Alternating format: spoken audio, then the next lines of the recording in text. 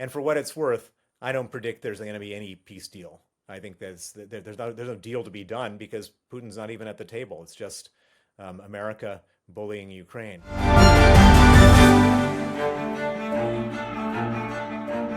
Hi, I'm Maddie, Hale, and welcome to the Trump Report. Today we've spoken to Sir Bill Browder, who's given us insight into the way Putin works. He said there's no way that he will ever retreat into the shadows and live a quiet life if a peace deal is struck, if the war in Ukraine is over. We've also spoken to him about that $300 billion in frozen Russian assets and how important that is, that the EU use that to help Ukraine win this war. We've spoken to him also about Donald Trump and what's in it for him, what's in it for the United States to have this alliance with Russia, and nothing. We don't know anything. So all that today on the Trump Report. You can watch us every day, Monday through Friday on Times Radio's YouTube. Sir Bill Browder, thank you for joining the Trump Report today. We've got another busy week of negotiations and diplomatic relations, but to kick off the interview, we've had a massive drone strike this morning. Ukraine has hit back against Russia because it's important for people to know that Russia has continued their attacks on Ukraine as these negotiation and peace deals have been going on in the last few months to a month. But this is the day where the US and Ukraine counterparts, their teams, not exactly Zelensky, not exactly Trump, but their teams will meet today for another negotiation to get, I guess, the minerals deal signed and to get to kind of a conclusion on what each country will want, what they have to concede. So it was done, this drone attack done on the exact same day that they will meet. So what do you think kind of says what that says about the situation? Is it as confident as Steve Witkoff? He said today that he thinks that a deal will be done this week. What are your thoughts on that? Well, I think we need to sort of use different language to describe what's going on. This is not a negotiation that's taking place in Riyadh. This is I would say, an extortion attempt by the United States for Ukraine to capitulate on a number of different issues. There has been no indication whatsoever of Russia making any kind of compromises, making any steps towards peace, nor has there been any kind of demand from the US government, from Donald Trump, on Putin to negotiate, to give up anything, to make peace. And so what we're watching right now is sort of a continued berating, hitting over the head in figurative terms of Zelensky and of Ukraine, as softening up the ground, if you will, to try to push Ukraine into a surrender. And so I think it's really important to put that on the table right at the outset. And for what it's worth, Trump has characterized Ukraine is losing. They're in a catastrophic situation. And so anything that Ukraine can do to show the world that they're not losing, that they're holding their ground, that they're doing their best is very important in this whole setup right now. We heard overnight, Bill, that Marco Rubio he kind of suggested that President Zelensky, he will have to concede some areas that have been lost to Russia as they've occupied an amount of area of Ukraine. He said that, look, this might be a concession that Ukraine might have to give up this land that was once theirs. It's currently occupied by Russia. Now, that is a big concession. Do you think that's a very dangerous thing to be giving to Putin? You and I have spoken at lengths about how, you give him an inch, he'll take a mile.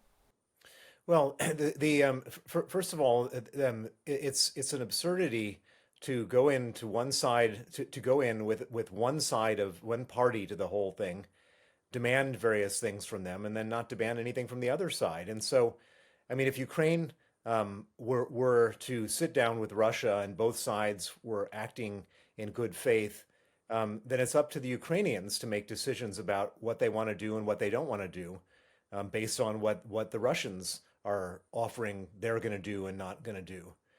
But I think it makes no sense for Witkoff or Marco Rubio or President Trump to start making these demands on the Ukrainians when there isn't a peace negotiation going on. There's nothing happening. There is no negotiation. Russia has not indicated in any way, shape, or form any plans to compromise at all. And it's important that we understand that. Everyone's focusing on what's being demanded of Ukraine. Until we start focusing on what's being demanded of Russia, none of this matters or makes any sense. It's just a gang up on the victim of this war. What I'm confused about, Bill, and I feel like a lot of everyday Brits, Americans will be confused about this just because this new relationship between the US and Russia is so bizarre and kind of hard to wrap your head around. So right now, as you've mentioned, Russia hasn't had to concede anything. Nothing has been even put on the table publicly. We don't know what's going on behind closed doors, but we know what's in public, and we know that Ukraine has been told that they're going to have to concede things. So it is kind of odd that Russia hasn't been told that they've got to concede anything. And we've seen this new kind of alliance between the US and Russia. So my question is, what would the US ask Russia to concede if they were? And what is the US getting out of this relationship with Russia? Well, I mean, what Russia should do is withdraw its troops from Ukraine. Russia invaded a neighboring country for no reason, and a war of aggression. And what the U.S. should do, which is what the U.S. has done, is demand that Russia withdraw its troops from Ukraine. That's the obvious ask.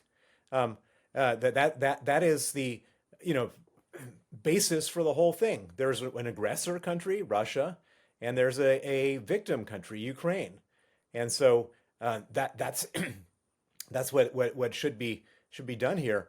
Now, I mean, why is Trump acting so favorably towards Putin? It doesn't make any sense. There's no it's not as if the American people are demanding that Trump be nice to Putin.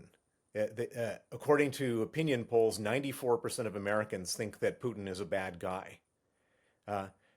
The entire Republican establishment, other than a few wackos, think that Putin is a bad guy.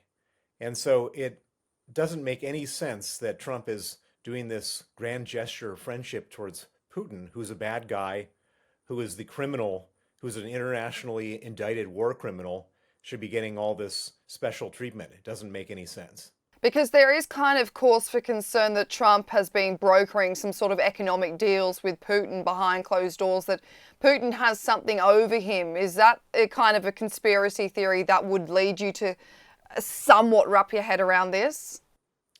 Well, I don't really want to get into conspiracy theories because it doesn't really matter why Trump is doing it. Trump is immune from prosecution based on the Supreme Court decision.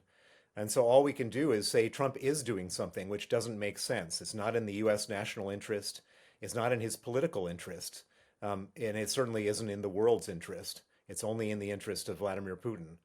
And the only thing that we can do now is respond to it in ways that make for some better national security in the rest of the world and for Ukraine. And what does that mean? It means that the United Kingdom and other allies need to step up to replace the military aid that he's withdrawn from Ukraine. We need to step up to provide intelligence to Ukraine.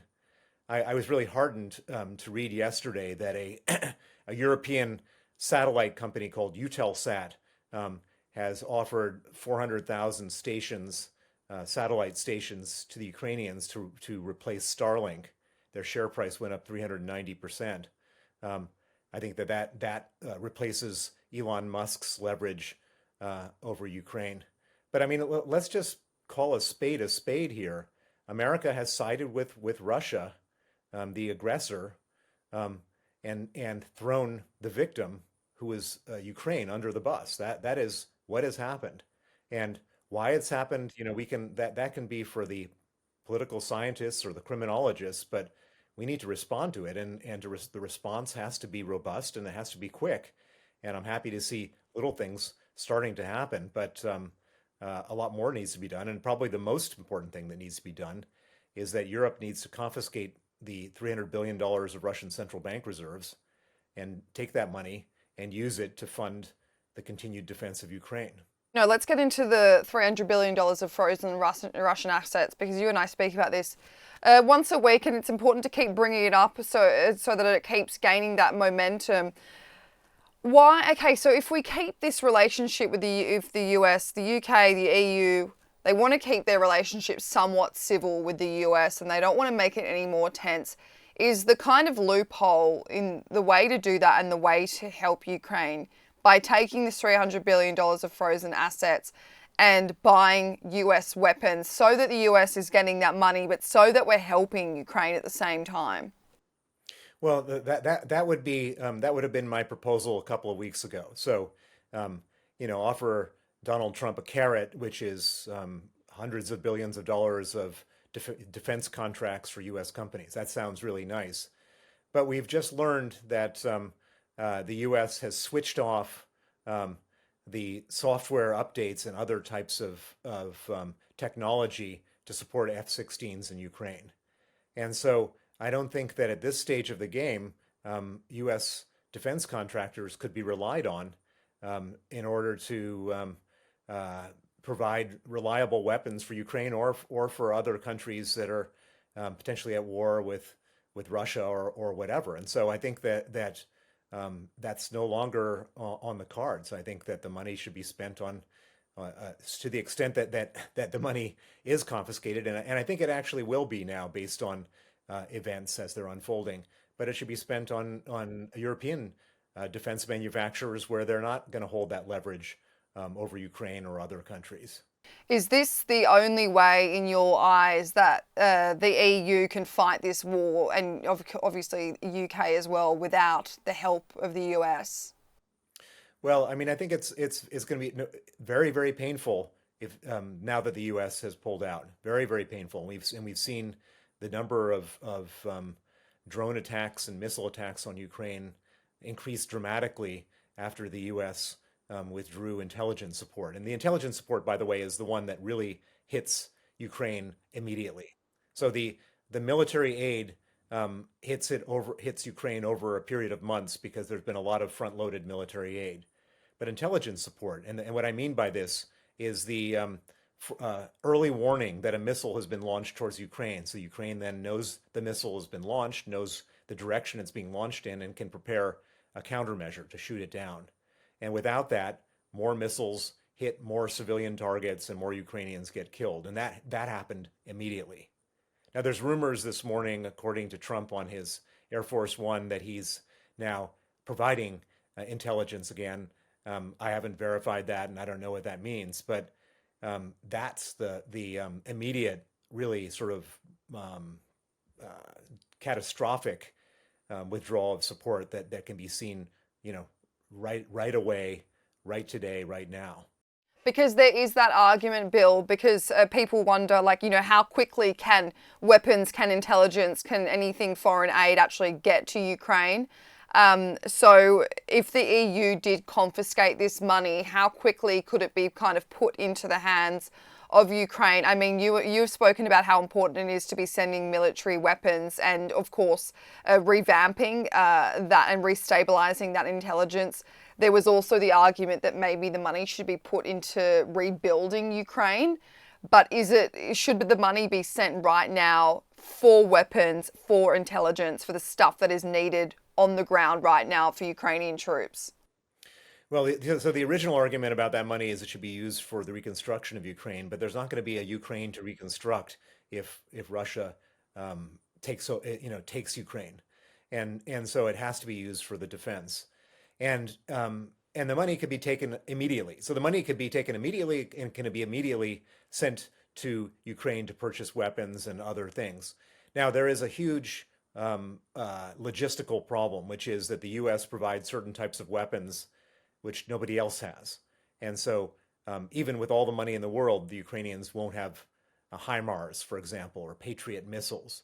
And there are certain types of intelligence that the U.S. is able to provide because the U.S. has the most wide-ranging intelligence gathering capacities in the world.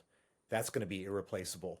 But we should never rule the Ukrainians out. I mean, remember when Russia launched their war, everybody gave Ukraine 3 days before Russia would be occupying Kiev, and here we are 3 years into it, and it's with the absolute sort of bravery and pluck of the Ukrainians that they've been able to stand up to this. And so, with some resources, maybe not all the resources they had. I wouldn't in any way rule the Ukrainians out, and I'm sure Putin is not ruling them out, knowing that if they have these resources, they can carry on. And furthermore, for the most important thing is that if the money is confiscated, if the $300 billion is available to Ukraine, then Donald Trump loses his most important leverage point, which is his leverage point is you've got to do all these things for me, including effectively surrendering. Otherwise, the military aid won't be restored. Well, if the military aid is restored in whatever form we can restore it for the Ukrainians, uh, he doesn't have that leverage, and he can't force them into a surrender, a terrible surrender that they don't want to do.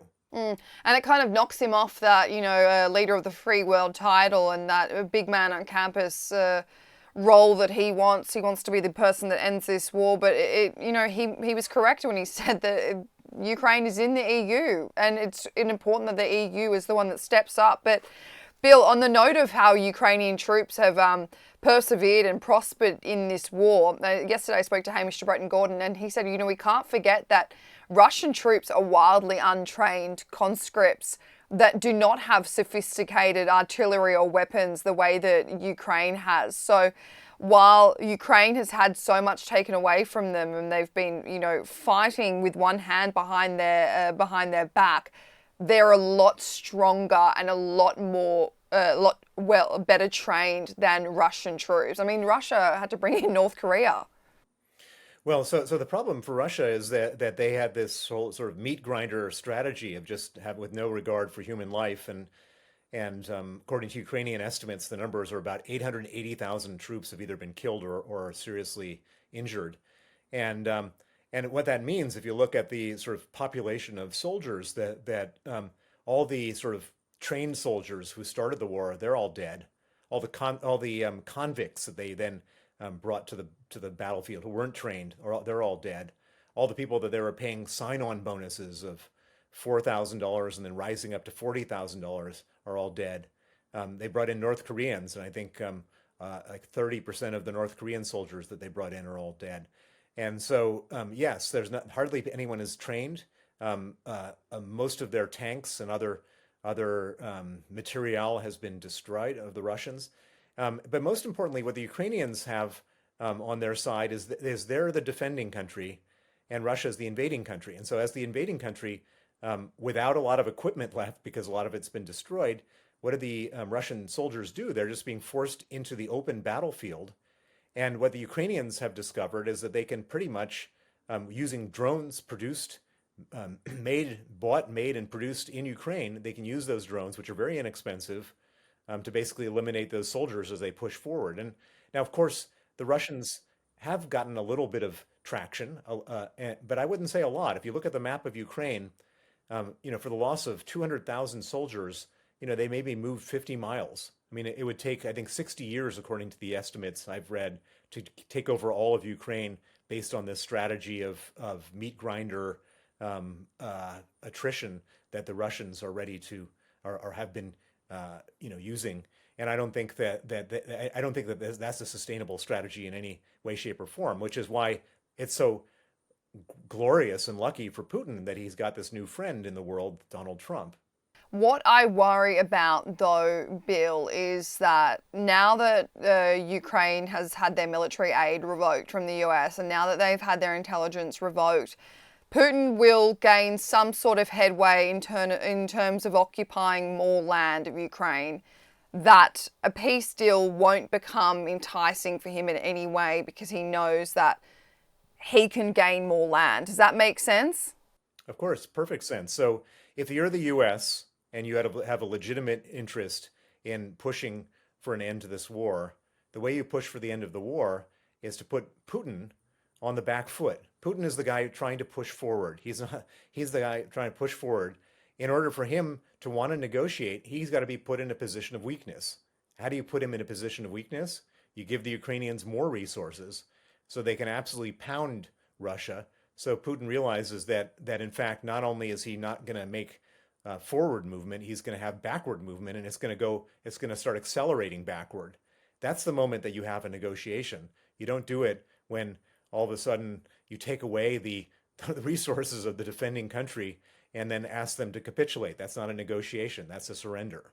And it will be interesting in the next day or so to see what kind of, negotiation, if that's what we're going to call it, happens. But Bill, you and I spoke about after the Munich Security Conference about how when you were there, you felt and you spoke to a lot of big members of, or I guess it was Congress, about how they were feeling, about how Donald Trump was approaching this start of negotiation with Putin, especially because J.D. Vance was there and he did his big controversial speech where he highlighted I guess just a newly strained relationship with Europe without Europe even knowing that that was even happening.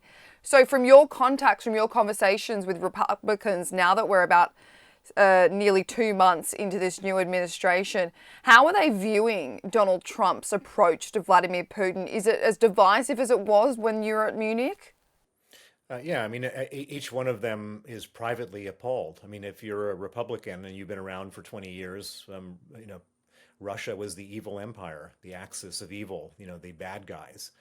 And so, most of these people, I mean, there's a few, Marjorie Taylor Greene and Lauren Boebert and a few other nutcases that have always been, sort of on the side of Putin. But for the most part, these people are not. They were appalled. They are appalled. And so the calculation that these guys are doing, and I can't say that I'm hugely sympathetic, but I can see what's going on, is that Elon Musk has basically threatened any member of Congress that doesn't go along with Trump on his plans. Elon Musk will spend $50 million on their primary opponent in the next election to get them removed and a new person put in.